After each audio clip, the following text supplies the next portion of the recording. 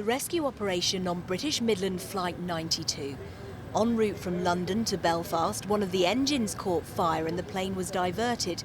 But when the pilots mistakenly shut off the wrong engine, it fell to the ground. Helen Claire Barker, Jean Burrows.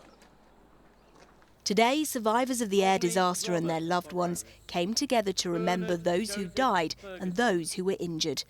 Leslie Bloomer was on board the plane with two of his friends. He told me about the moment the plane came down. When it hit the ground, I thought, right, this is it over. When it stopped moving, I sat a second or so and then realised it was alive. And that's when I started to pull my legs out from under the seat. I was trapped under the seat.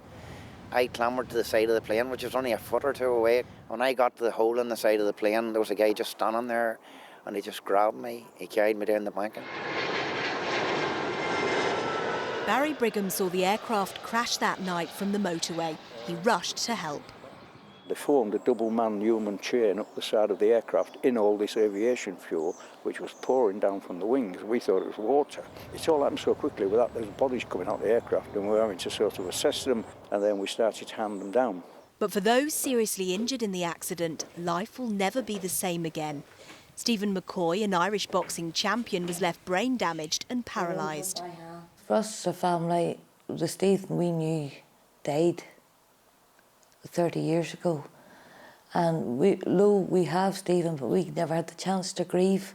But now our family revolves round Stephen. You have to plan a trip. You can't go out, say, somewhere. Yeah, fine, please. Yes, and to have it wheelchair friendly. As wreaths were laid at a memorial in Kegworth, a time to reflect and remember the events that took place here 30 years ago today. Catherine Nash, 5 News, Kegworth.